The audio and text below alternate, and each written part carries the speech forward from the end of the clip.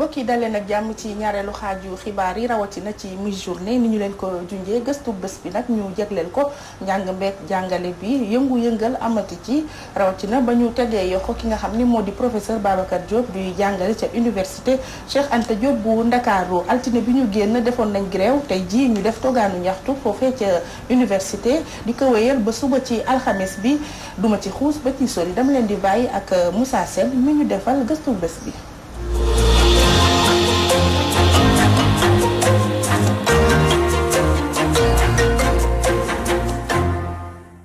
jamono yi ñu nemmeeku nag système éducatif Sénégal mi ngi sooxee mu dooleeku ca tëj gi nga xamante moom lañ def kii docteur Babacar Diop nekk professeur philosophie ca université Cheikh Anta Diop tax rek ba ñii di waa SAES mer ba futul la ñu def di ñaawlu mbir mi lee. dañoo arrêté ku bokk ci ñun sunu ñoom la ñu arrêté koo xamante ni dafa war tey jii normalement dafa amoon cours 8h ba 10h jàngalewul tey jii jàngalewul ndax arrêté bi ñu ko arrêté ndax loo tax ñu arrêté ko.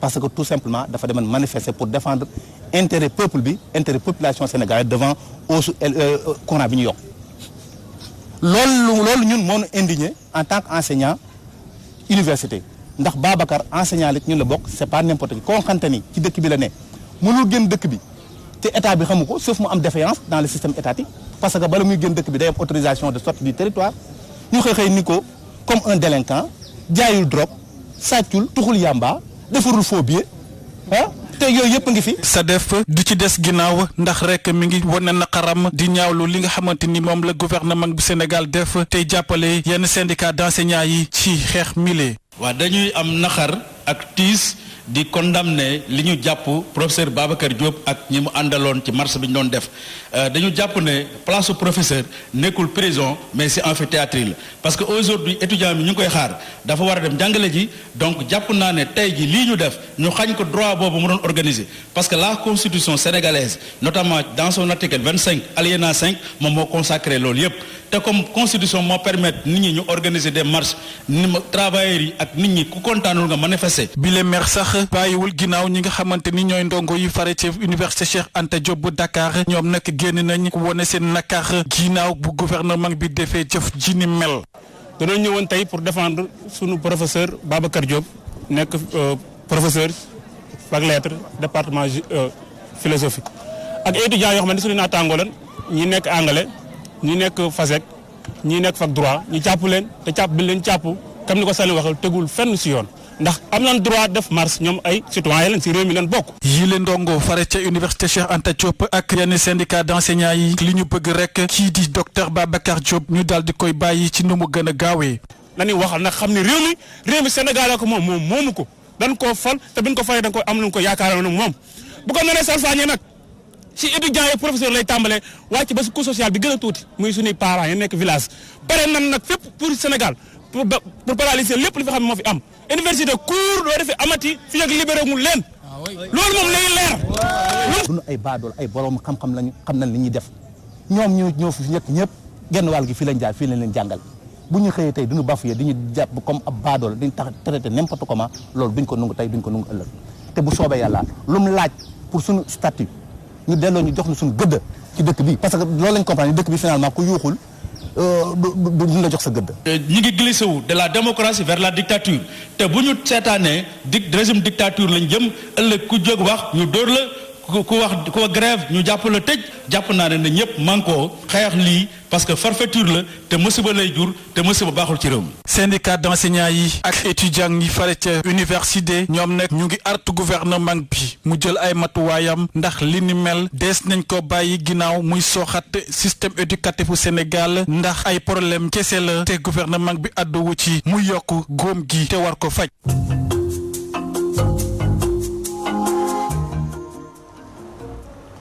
Moussa Sène ñu lay jaajëfal bu baax góom bi nag moom lañ bëgg a faj ak ki nga xam ne mooy professeur Abdoulaye Dieng di coordonnateur SAES. adjoint de Dakar. adjoint coordonnateur. coordonnateur adjoint SAES campus de Dakar. campus de Dakar. ñu ngi lay dalal bu baax. jërëjëf ñu ngi lay fay. gis nga nag jafe-jafe yi moom duma la ko wax ndax loolu ngeen di dund ca université professeur Babacar Diop bi ñu ko jàppee ba léegi lan moo yëkkati seeni xol ba ngeen jóg di soobu ci xeex bi. avant tout dañuy massawu famille yu Babacar Diop et compagnie. Babacar Diop place am du prison. C'est un universitaire, c'est un savant. koo xam ne day jàngale place am mooy si amphithéâtre yi comme ni ko étudiants yi waxee ñu ngi toog di ko xaar kenn gisu ko. Babacar Diop lan la def dafa sàcc. dafa jaay drogue. dem ca palais ba dala def. ah yaakaar naa ne dafa def loo xam ne constitution bi moo ko may. muy marche ñaxtu lu tax parce que dañoo yokku prix électricité kooku ça m'interpelle man tey jii nii mënoon naa bokk si marche bi c'est une marche pacifique génnewul paaka génnewul jaasi téewul fetal joo ko teg ko si tëj ko si kaso bi. ñu koy naxarlu bu baax a baax a baax et le SAES le campus de Dakar que je représente. waaw dina jël disposition yëpp pour libérer ko et ce qu'on demande c'est la libération immédiate de Babacar Diop et compagnie. waaw bi ngeen dooree xeex beeg léegi ndax nguur gi woo nañ leen ci waxtaan. woowuñu te gisuñu benn évolution par contre li ñu gis sax mooy que dañ gën a serrer affaire yi parce que Babacar Diop amoon na possibilité ñu seeti ko mardi ak vendredi mais démb dafa am ñu leen di ko seeti ñu bañ te duñ ko gis te loolu du yoon. ah oui kon léegi dañ ko bañal visite yi sax. ah démb rek bañ demee di gars yi dañoo bañ. waaw ñu nga xaarandi nag. léegi nag yéen nu ngeen ko nar a xeexee loolu. en tout cas démb bu njëkk nañ décrété 24 heures de grève. ñu xool ndax dossier bi dina évolué boobu ba léegi dégguñu ko. démb ñu daje décrété war 48 heures de grève. te ça def nañu sitting et on envisage le vendredi vraiment de faire une assemblée générale. Par la suite on va aller vers la marche nationale du vendredi. maanaam bi ñi nga xam ne moom la ñuy def. exactement àllarba kii ajuma ci ngoon incha allah rabbi. waaw ñu ngi woo suñu mbokk enseignants yëpp ñu génn vraiment naqarlu li ne moom la état bi def jël ki nga xam ne suñu mbokk la. suñu parent la c'est un universitaire en savant tëj ko si kaso gi te place am mooy université dem jàngal étudiants yi te xale yi ñu ngi toog di xaar. dañu xale yi am na ñoo xam ne ay maîtrisards lañ moom moo leen di encadré. exactement ñun ñëpp ñu ngi toog di xaar te loolu dañ koy naqarlu. justice bi xam nga Babacar. mun nañu ko sax muy liberté provisoire mu ñëw jàngale yaakaar naa ne am na adresse ñëpp xam nañ ko muy université tey jii ni enseignant mënul génn te amoo autorisation de sortie fu mu jëm. fan la ñu mën a réer mënu la réer fenn maintenant ñun léegi lu ñu demandé mooy la libération immédiate de Babacar Diop et compagnie. suñ ko libéré wul ba àjjuma. ah su boobaa nag moom xam nga kuy dem xeex nag doo teel a wax. li nga def mais en tout cas. nous les collègues les universitaires le peuple sénégalais prendra toutes les dispositions. pour que Babacar Diop mu génn fu mu nekk parce que foofu du place am. du ñu jógee ci université dañ fay des. ak abri provisoire yi ndax dëkk naa ne université am na abri provisoire nu ngeen mën a nekkee ak loolu. ah yaakaar naa ne li gën a gaaw. j'invite Walfadjri mu dem université dinañ gis. cantine ñu fa teg ay conteneurs pour ay bureau conteneur lañ fa teg de. pour ñeen pour administration bi. ak administration ak professeurs yi. ngeen di ci dugg yéen it. waaw non dugagum ci ñu ngi koy installé. li ñu bëggoon ko mooy média yi dem xool li fa nekk. conteneur de bagage lañ ko wutal. yaakaar naa ko de yaakaar naa ko de. waaw waaw élèves yi jàng ci mbaar yi nag. mu ngi noonu étudiants yi sax. soo ko appelle les chapiteaux. mu ngi noonu de ñoo ko gisandoo. muy ay conditions yu difficile. très difficile très difficile. yaakaar naa ne nguur gi fu mu ne nii jégul au sérieux l'enseignement supérieur parce que étudiants ñu ngi yokk mais fu mu ne nii ba léegi amagul loo xam ne mooy permettre. Vraiment, ce qu'on appelle les mesures d'accompagnement, étudiants yi jàng dans des conditions vraiment de qualité. lu jëm ci bachelier yi fu ngeen ci toll ñëpp dañ leen dugal ci université yi wala yóbbuwaat nañ leen ci privé. waaw ba mu dégloo ministre bi dafa ne sur les 54 000 bacheliers 49 la yónnee. 49 la yónnee waaye boobu du mu si xaw du mu si xuus trop. ndax lan man tey jii li ma yitteel dëgg mooy notre camarade Babacar Diop. c'est un cri de cœur loolu moom fi indi. pour naxarlu li ñu jël universitaire. nga xam ne dafa jóg rek pour défendre les intérêts du peuple mooy lan prix excès bi ñu yokk te joxuñu benn firnde peuple sénégalais ñu jël kooku tëj ko si kaso bi. man loolu moom gën a yitteel te loolu moom fi gën a tey. waaw kon daal yéen kenn du détourner seen attention. kenn du détourner suñu attention ce qu'on demande c'est la libération immédiate. et sans condition de Babacar Diop et compagnie. ah mais loolu comme amagu leen ci nopp bu baax bi ci autorité yi day jafe. waaw lu mu jar dinañ ko def dinañu dégg nag. dinañu dégg mu neex leen moo naqari leen. parce que nag dañu laal fu mu war a laal parce que enseignant place am de prison.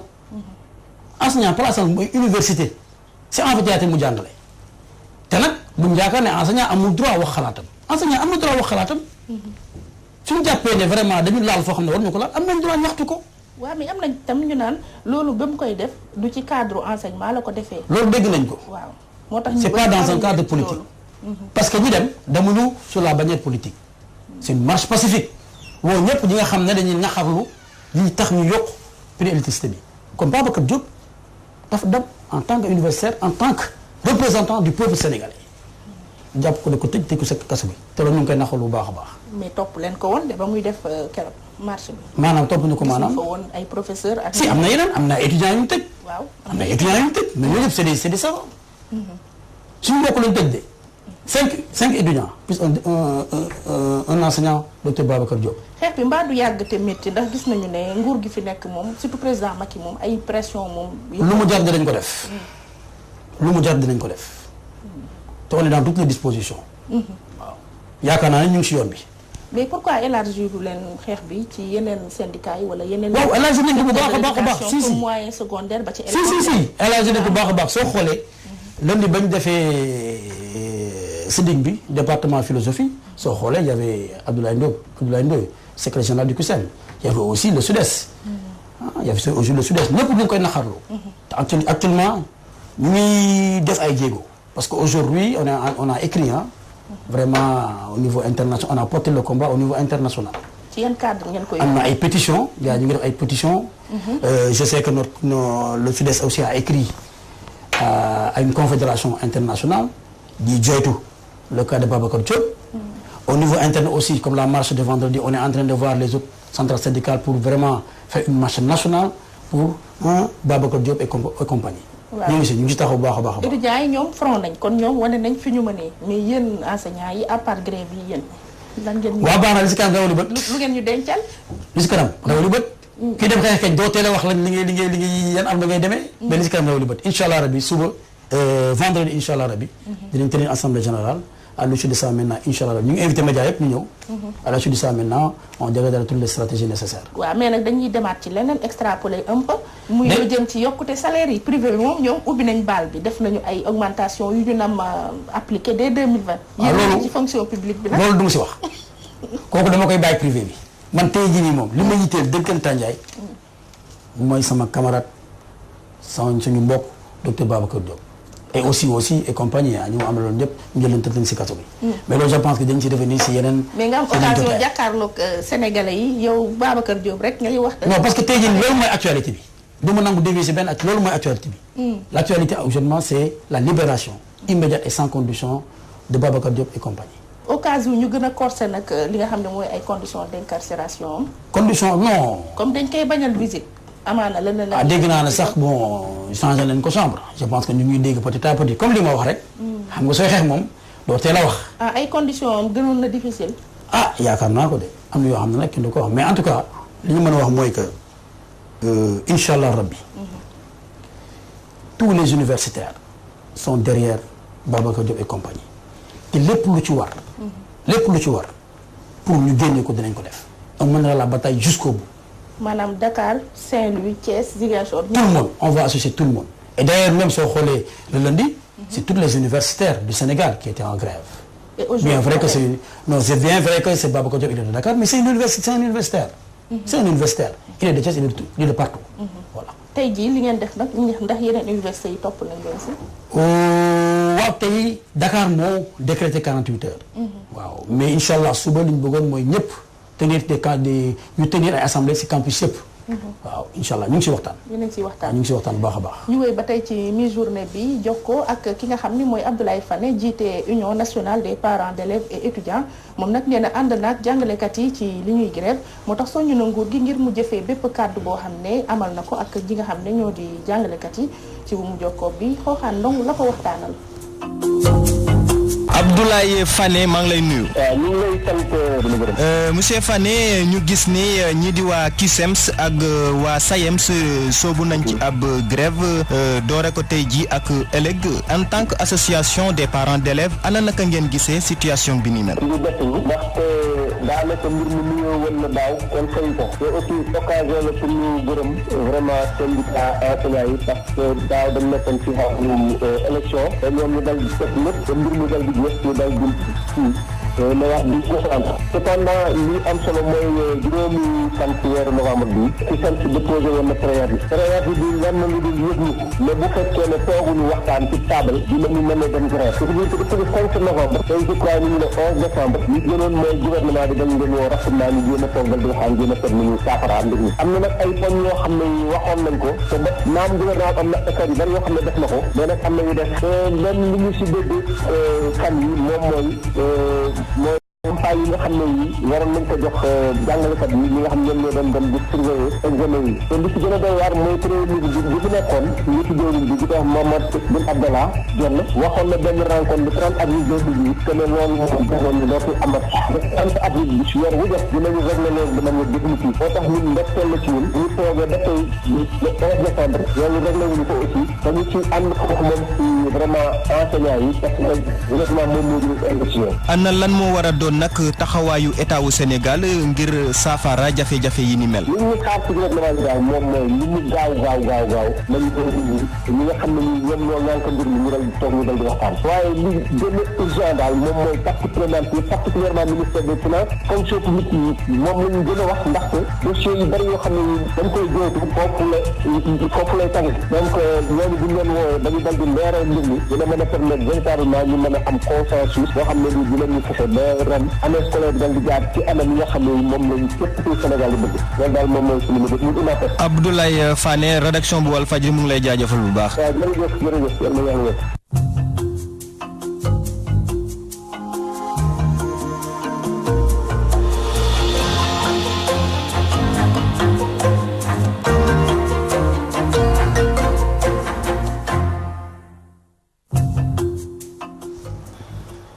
ñu leen di jaajëfal bu baax Xooxaan Ndong ak Abdoulaye Fane jiite Union nationale des parents d'élèves et étudiants du Sénégal monsieur Dieng nag xanaa bii diñ ci wax muy parents d'élèves yi nga xam ne tey d'accord nañ ak ñi nga xam ne ñoo di syndicalistes yi yëngu ci wàllu jàng bi jàngale bi. maanaam.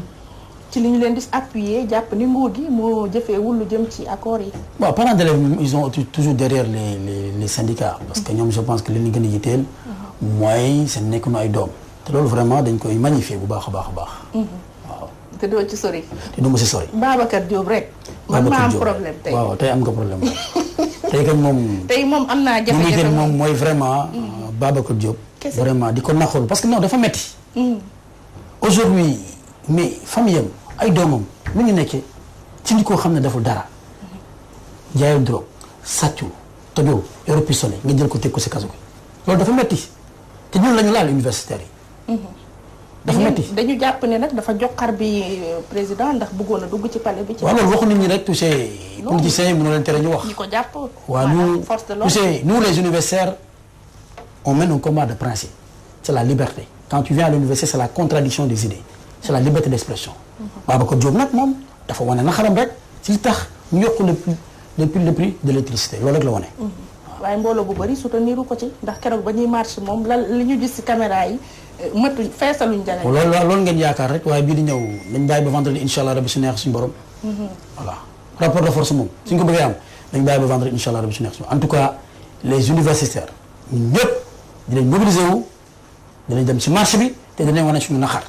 mais yaa ngi naan université temple du savoir la ñun université temple de la violence lañ fa gis ta chaque jour nga wax loolu ñu dégg ay intifada yu fay am wala yenn façon doxalin yoo xam ne peu orthodoxe yu am ci biir campus universitaire. non xam nga intifada yi c'est entre les étudiants ak le gouvernement et les étudiants quelque part dañuy am raison. soo leen waaye faire seen bourse fay loon ko am nañu droit génn te loolu ñaxtu boobu constitution moo leen ko may aussi. waaw ñii di enseignants yi di leen di wallu ci beneen wàll ñoom it ci ay revendications yoo xam ne ci wàllu koppar rek lay tourné wu. en tout cas toutes les revendications des enseignants sont légitimes. et enseignant bi lu mu fi nekkee mooy def tout. pour que mu am enseignement de qualité. que étudiants yi xale yi nekk dans de très bonnes conditions loolu moo ñu jiiteel. mais loolu jafe na université pléthorique yi kii. waaw ñu ngi koy xeex pléthorique yi nga xam ne ñoo. ñu ngi koy xeex bu baax a baax a baax a baax a baax. en fii boo fa demee stade bi da ngay jàpp ne stade nga dugg. comme li ma waxoon rek. da nga bëgg ma xool si wax ji dinaa si wax tuuti rek mais dinaa si ñëwaat. aujourd'hui à l'université Anta Diop de Dakar on a dépassé ce qu'on appelle les capacités d'accueil. te loolu am nañu benn kuréel le bureau national mu ngi ciy liggéey bu baax a baax te xoolee bureau national def na benn communiqué te wax na ko. SAES il a averti le gouvernement wax na ko dans son communiqué communiqué bu mu génne en même temps si kaw. Babacar Diop mais actuellement université actualité bu fi nekk mooy. Babacar Diop encore une fois. man SAES dama fa woon dañ ko tas bu yàgg ndax damaa déggatul SAES ci dara man yaa ngi ko ba Seydi laa mujjee dégg ci mbiru SAES foo woon naa ne moom mooy secrétaire général ba tey. Ndeye Fatou. je pense que bu yàggul ñëw naa Walfadjri. waaw ñëw naa Walfadjri ils nous ont invités on a parlé. de l'orientation des bacheliers. SAES du syndicat bu ñuy tutal. SAES enseignant supérieur. du syndicat bu ñuy tutal te du ma ko nangu sax. mais du ma si xuus du ma si sori. yéen ban revendication ngeen porté aujourd'hui ba am ci gain de cause. bëri na mais doo léegi tey jii nii li ma fi indi. incha allah rabbi dinaa la may yeneen waxtu yoo xam ne dinañ ñëw di waxtaan. sur la plateforme revendicative du SAES. mais aujourd'hui li ma yitteel et c'est l'information du jour. te moo nekk au cœur des débats de l'université c'est le collègue docteur Babacar Diop et compagnie. Encore une fois nous lançons un appel au gouvernement. sa collègue boobu sama xarit. nous lançons un appel. donc ñun on est de tout cœur avec Babacar Diop, Guy Marius Sagna et autres. ñu xam ne universitaire place am du ci prison bi. universitaire place am mooy si amphithéâtre ñu jàngale. étudiants yi ñu ngi koy réclamer te wax nañu ko te nee nañ tant que gis ñu Babacar Diop duñ jàngale. on a un calendrier universitaire te daaw faculté de lettres wax dëgg fa yàlla dañu def ay efforts considérables ils ont même été félicités par le recteur de l'UCAD ndaxte vraiment dañ ci jàpp bu baax a baax donc tey jii nii retard yooyu la ñuy bañ. kon jóge nañ ci docteur Babacar Diop. nous demandons solennellement sa libération et compagnie leur libération immédiate et sans condition loolu mooy actualité du jour te du mu si génn. mais ñoom seen grève bi nan maanaam grève de la faim bi ñu amaloon ci prison bi. lan lañ dee ci seen nopp bañ jénnaat ci. loolu moom du ma si xuus parce que xaw ma si lu bëri. waaw loolu moom du ma si wax. parce que surtout que dañ leen tere ngeen gis ki nga xam ne mooy Babacar. non mardi bi rek la woon parce que normalement am na droit mardi ak vendredi. mais entre temps xam naa ñoom ñoo xam lu tax ñu def loolu. waaw mais ñun en tout cas suñu wàll dinañ ko dox. ci réseau marche aar la ñu bokk bi. ci dem participer ci. incha allah rabi vendredi incha allah rabi. mais bokkul ak marche boo xam ne yéen a ko initié. waaw ñu ngi actuellement on est en train de travailler avec toutes les centrales syndicales pour xool comment on va unifier nos efforts et nos stratèges pour vraiment. non centrale nag duma la may nga leen di tudd. ñoom ñoo neutre ci combat bi. waaw soo la neexee on va dire avec tous les autres syndicats incha allah rabi. ñu ci liggéey centrale yi moom dañ leen seetaan. ñoom bàyyi leen rek ci partaaral gi ñu nekk moo gën. su la neexee dama si dañoo seetaan centrale bi ñu jàppale bu baax a baax a baax. dañuy jàppale bu baax a baax a baax ñoom Mody Guiro ou bien Cheikh Diop. incha allah rabi dans les jours à venir dinañ si am lu leer. bi ngeen commencé ba léegi ban appui bu concret. moom am nañ ko bu baax a baax parce que ñu ngi diisoo ñu ngi waxtaan. nit ki nag sooy dem xeex doo teel a wax mais tey jii nii comme li ma la wax rek. SAES ban centrale la ci jokk ci centrale yi. waaw doo dégg incha allah rabbi dans les jours à venir lépp lu ñu si war a xam ne lépp lu ñu war a teg bëri dañu si teg bët incha allah rabbi à commencer demain incha allah après demain le vendredi avec l'assemblée générale que nous allons faire et aussi la marche nationale incha allah rabbi. ci loolu daal nga bëgg a communiquer daal. exactement. waaw loolu leer na man ma jàll ci li ci yëglekaay yi ak yéenekaay yi ànd ci ak Abdoulaye Bopp.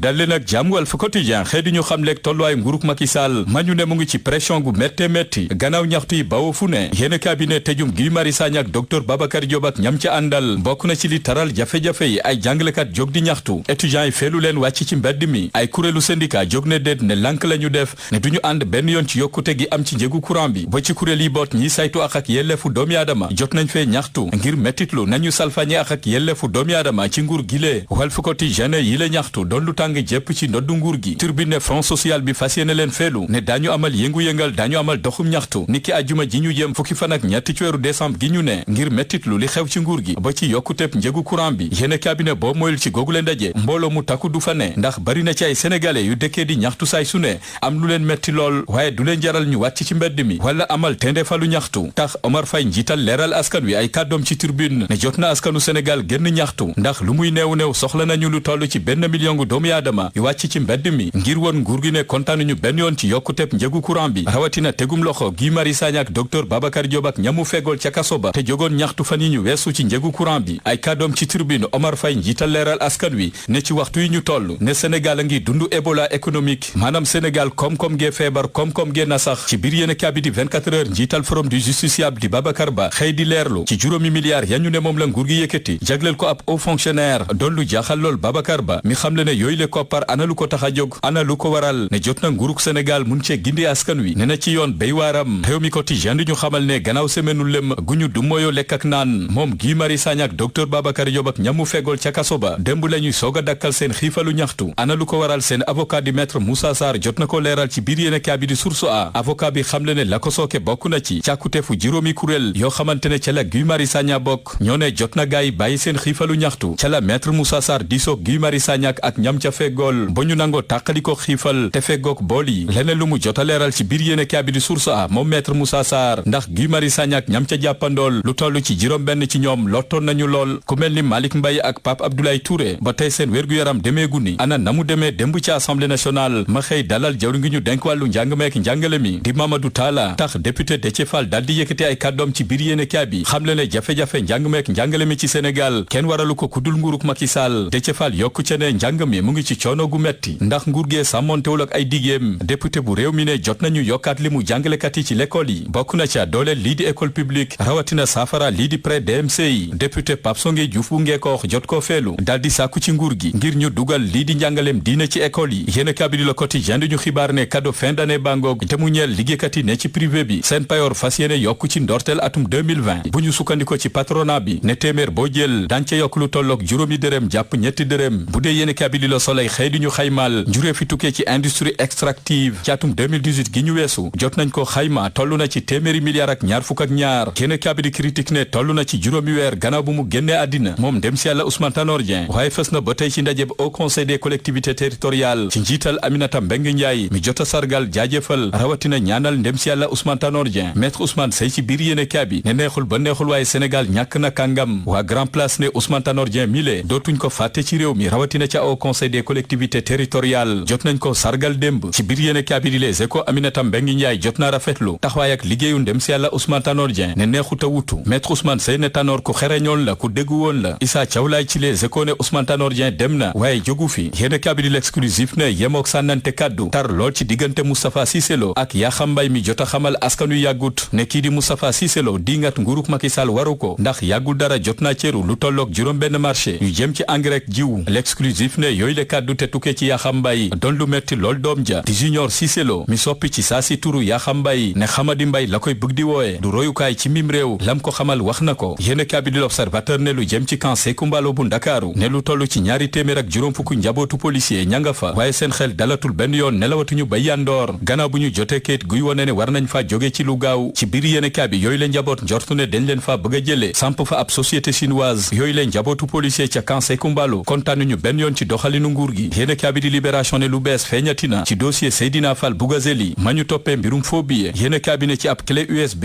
ak juróomi vidéo yañ ca fekk doon na lu bëgg a suruxal Bougazeli ca lañ koy tuumaal yéenekaay bi di Stade xëye Ligue des Champions di ñu xibaar ne Liverpool bu Sadio Mané jot naa noggatu Salzbourg ma ñu daan ñaari bal ci dara yéenekaay bi ne ci googule match ay doomu Afrique béy nañ ci seen waar gannaaw paas yu jekk ya Sadio Mané def ba mu jur ay but rawatina taxawaayu Naby Keita ba ci salaama dugal Stade ne leer na nañ tey bu Liverpool qualifié huitième de finale na ko gërëmee ay doomu Afrique ndax bu doonutoon ak ñoom caaf xëm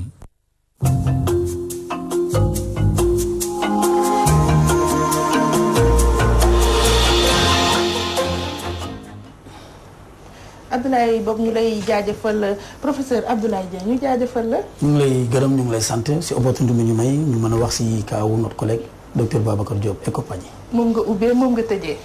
gis naa pédagogie bi ci enseignant bi mais garaawul. jërëjëf maa ngi lay jaajëfal bu baax. ñu ngi lay fay jërëjëf xam naa daañu amaat yeneen occasion ngir revenir si. incha allah rabbi comme ni nga ko waxee Babacar Diop c'est un citoyen li mu doon xeex ñëpp la ko doon xeexal. ba leneen fekk ko ci. kon nag on est de tout cœur avec vous. jërëjëf ñu ngi sant bu baax ñu lay jaajëfal ñu ngi ci gunge woon Modou Fall Oustaz Assane Diouf ak Seydina Oumar Ba jërë ngeen jëf seen kóolute mooy suñu mbégte fii ci la voix des sans voix ba ëllëg ak jàmm incha allah.